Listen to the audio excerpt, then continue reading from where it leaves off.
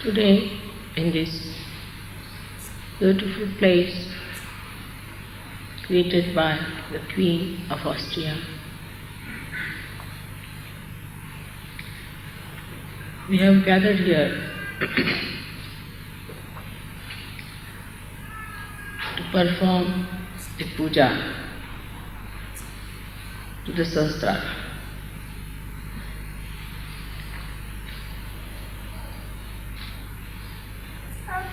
When we enter into the realm of Sahasrara, then only we have right to do the Sahasrara. Before this, nobody talked about Sahasrara. Nobody did any puja to Sahasrara. This is your privilege that you are in the realm of Sahasrara and that you can do this puja. Perform it. It's your right.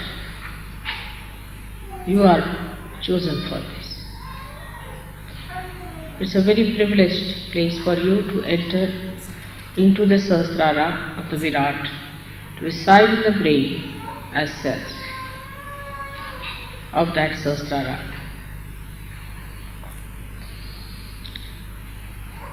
Let us see what is the quality of the cells of Sahasrara.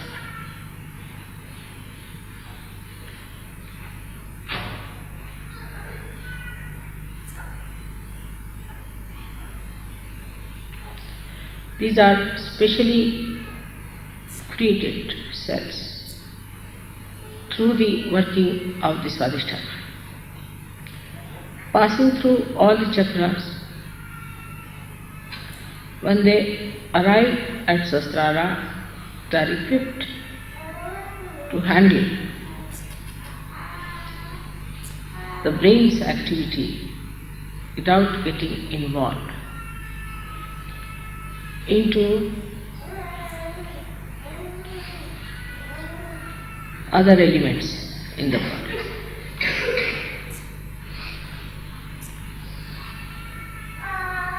In the same way, the Sahajogis are not to be involved with the other cells, human beings of the body of this universe.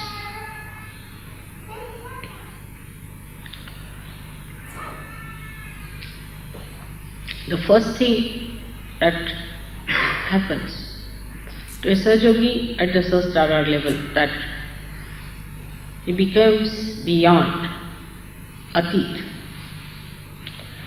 So many things he transcends. Kalatit, he goes beyond time. Time is his slave. If you have to go somewhere, then suddenly you discover that everything is working about the same time when you are able to do it. Like you are, say, to catch a train, and you arrive late at the station. You find the train is late for you. Things work out in such a way that you feel they are all acting for your complete convenience. So you go beyond time, kala. Then you go beyond dharma. Dharma means dharma becomes part and parcel of your being. Nobody has to tell you, you do this or you do that. You just don't do it. Whatever you have to do it, you do it.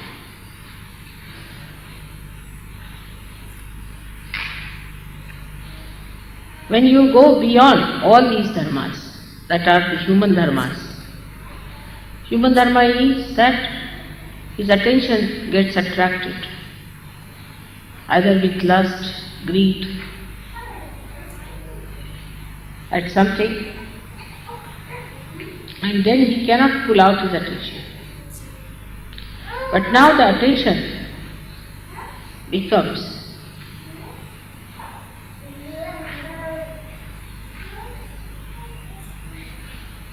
dharma-atit, means the attention loses its dharma. The dharma of the attention are such that we have to put the dharmas taught by the prophets to control them. Because we are coming from the lowest level. So these dharmas exist in our being and start showing. And when they attack us, then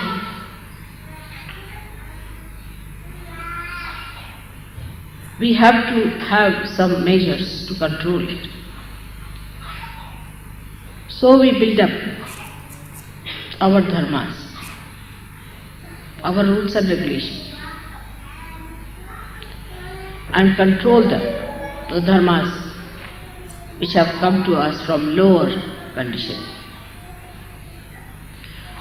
This is the greatness of human beings, that they have made their own dharmas established on top of the lower dharmas. Like carbon has, say, 4 valencies. It has to be in 4 valencies. It acts according to the 4 valencies. It cannot make it 6. But human beings can make those valencies established which are supposed to be representing the human dharma, the Manav dharma. But with the Sahasrara ascent, the attention loses that quality. Means you don't have need, there's no need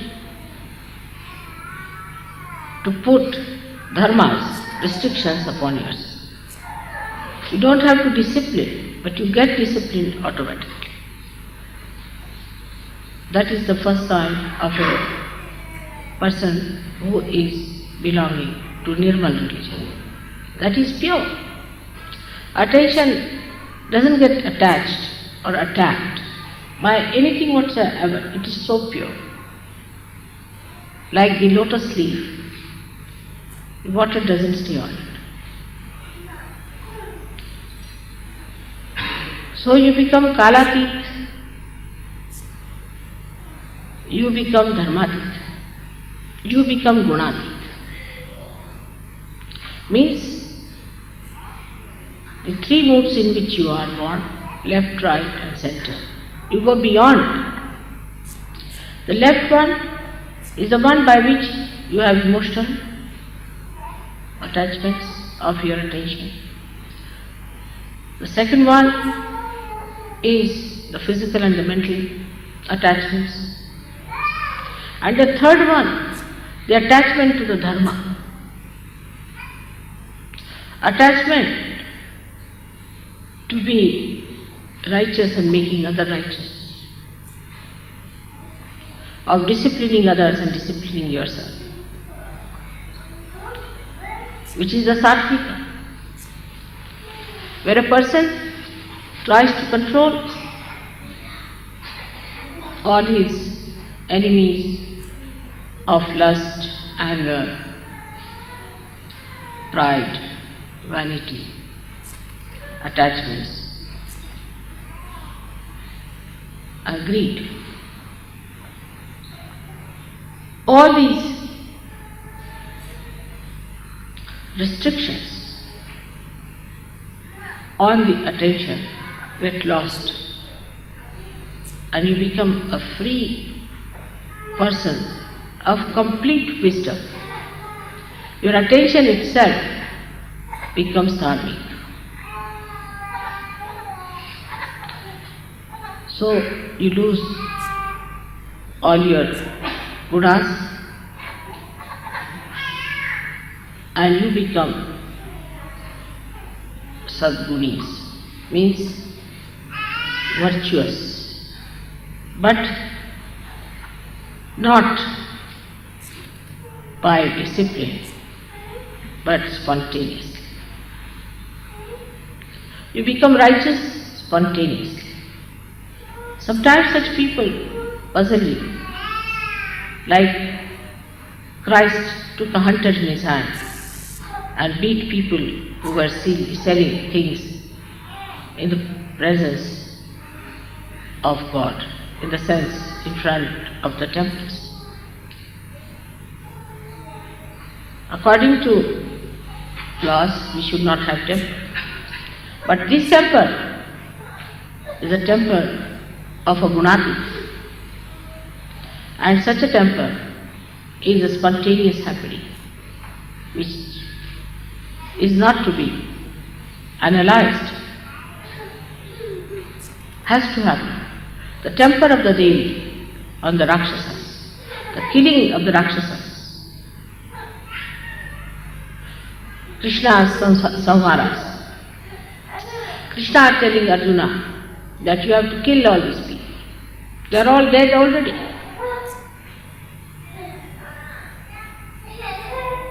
They all get explained because you go beyond. So it's the ati, beyond, conditions arise. Only the one who can control is beyond. The one who is innate cannot control it. If you have to pull out the ship, you have to be on the shore. The one who has gone beyond can only do that. So you go beyond, that is a thief.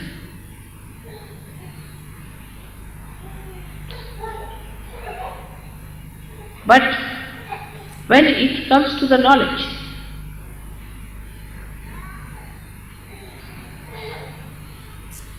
about such a person, you cannot think,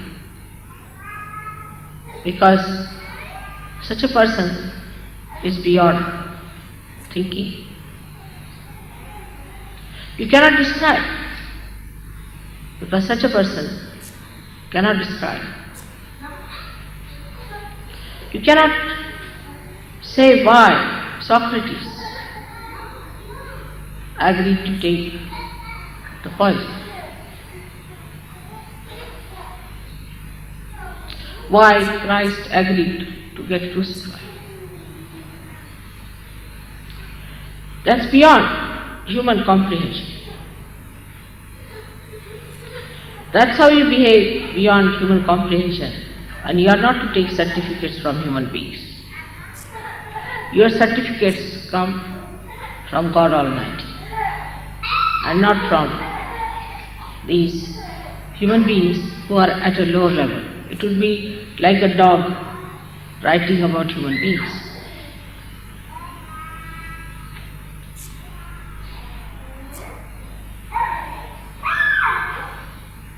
So you reach a state where it can be described with the word means without.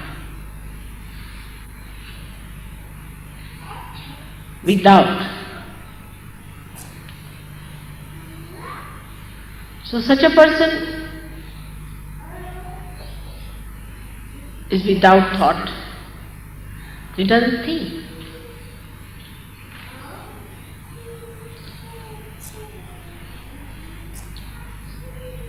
Such a person is without greed. Such a person is without lust, devoid of.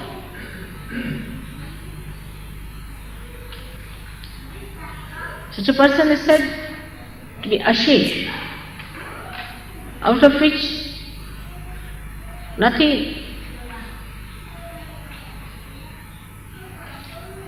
is left out. Like when you want to make a vacuum, you go on creating the vacuum, reach any point, but the vacuum cannot be complete because it reaches a point all the time where you find some part of it has to be remained. You cannot have a complete vacuum. But such a person has a complete vacuum. Vacuum of all the negative, aggressive qualities. Doesn't exist. Complete.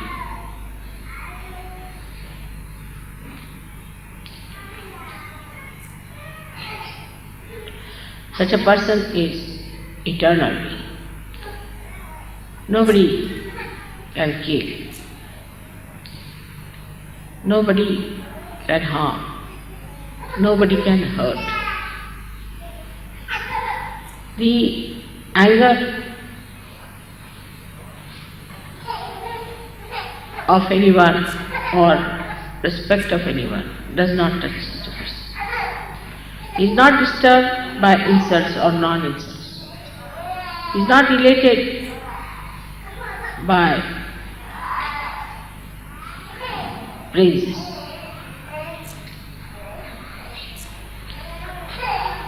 Because he is devoid of the capacity to enjoy the boons of the ego.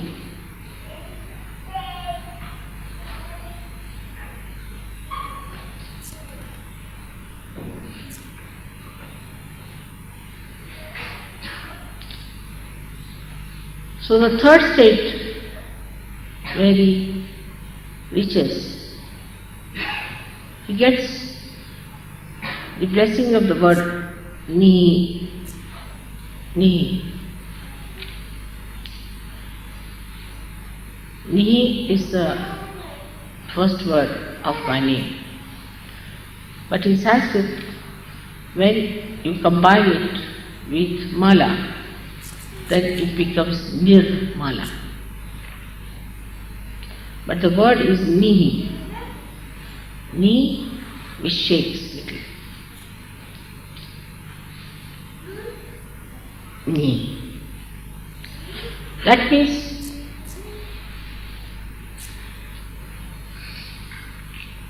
sheer.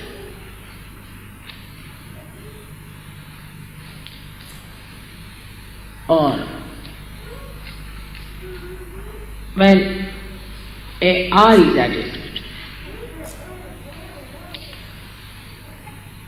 But the first Ni means without, devoid, and Nira means sheer.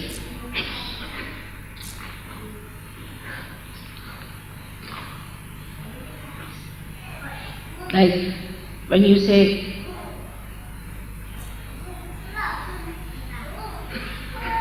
Nirananda, Niran, sheer Atma, sheer joy, Kevala, the only, there's nothing but joy. But this word is used nira or ni, used in two forms as I told you. One for saying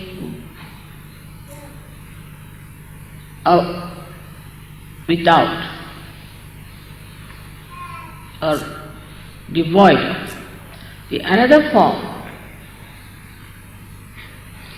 is the only, absolute.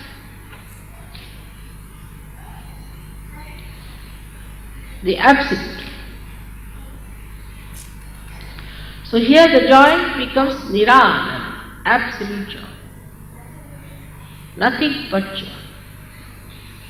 Complete freedom. So you have all kinds of joys. As I told you before, you have Swananda, the joy of the spirit. Then you have got Brahmananda, the joy of well-being. You have got Leelananda or Krishnananda, where you have the joy of the play.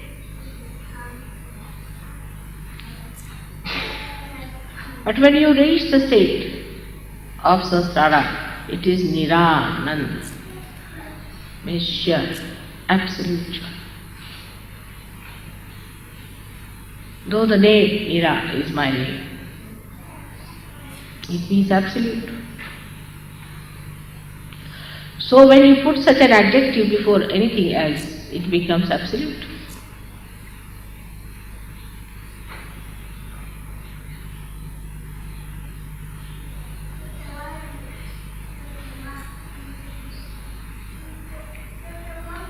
Thus you become absolute.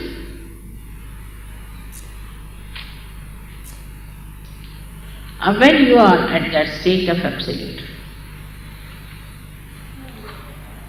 then there is no place for anything else to be there but yourself.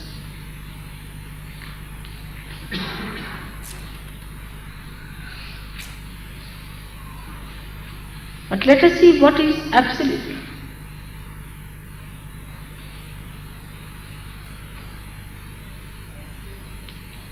That means it is not relative.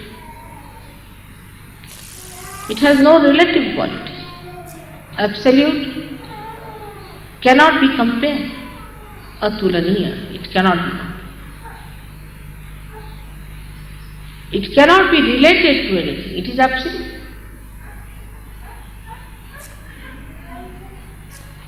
It cannot be comprehended because it cannot be related to anything else through which we can comprehend. It is absolute.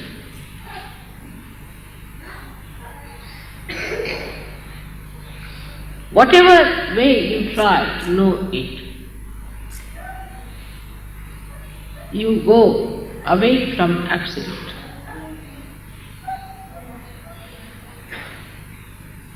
Whenever you try to analyze the absolute, you are away from it.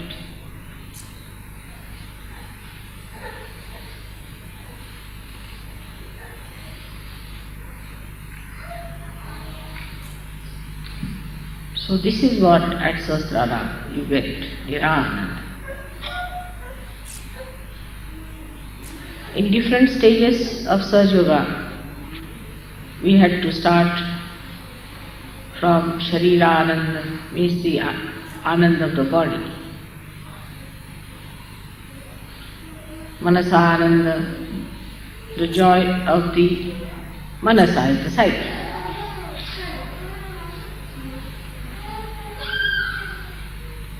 Then you can say Ahankara Ananda, where you have to have the satisfaction of the ego. But the state has now to be established within us is of Nirananda. Then what is the question of fear?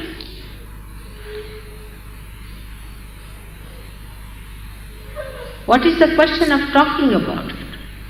You cannot talk. Because how will you relate it?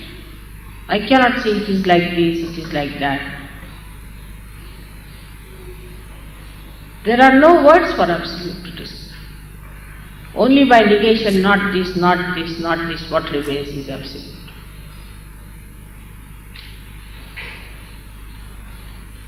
So you reach the state of absolute.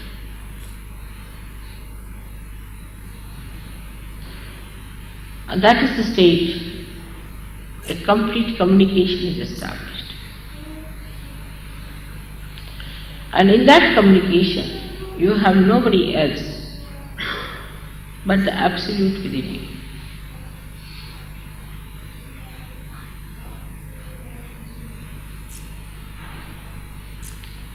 That is the Sahasrara Puja you are here for. That is the level to which you should aspire. That should be the ascent which should be established within ourselves. We don't have to go to Himalayas. We don't have to do anything drastic. Remaining in this world, we have to become the absolute, the only, Kevalam.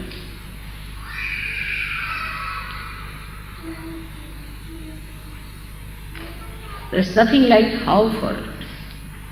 You just become.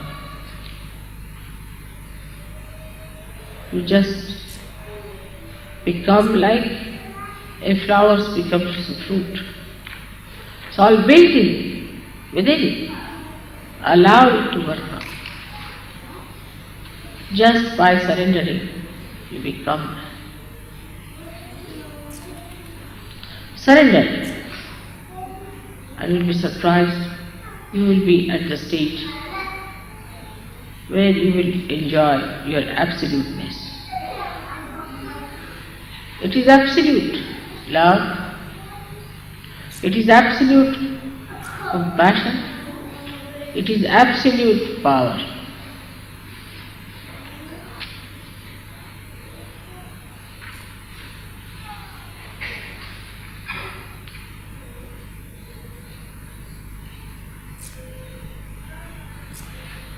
The words stop, the description stops.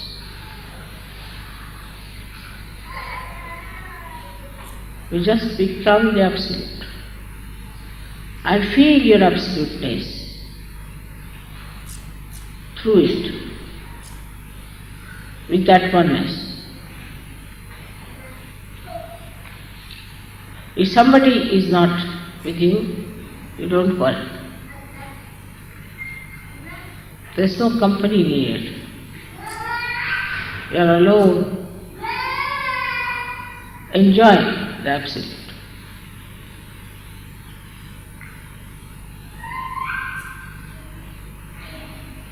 There only you can enjoy the absolute in others also, in the best form, without seeing anything else but the absolute.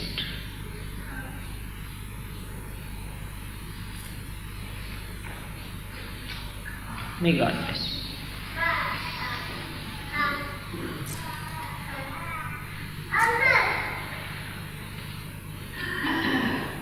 तो ध्यान ही लग रहा।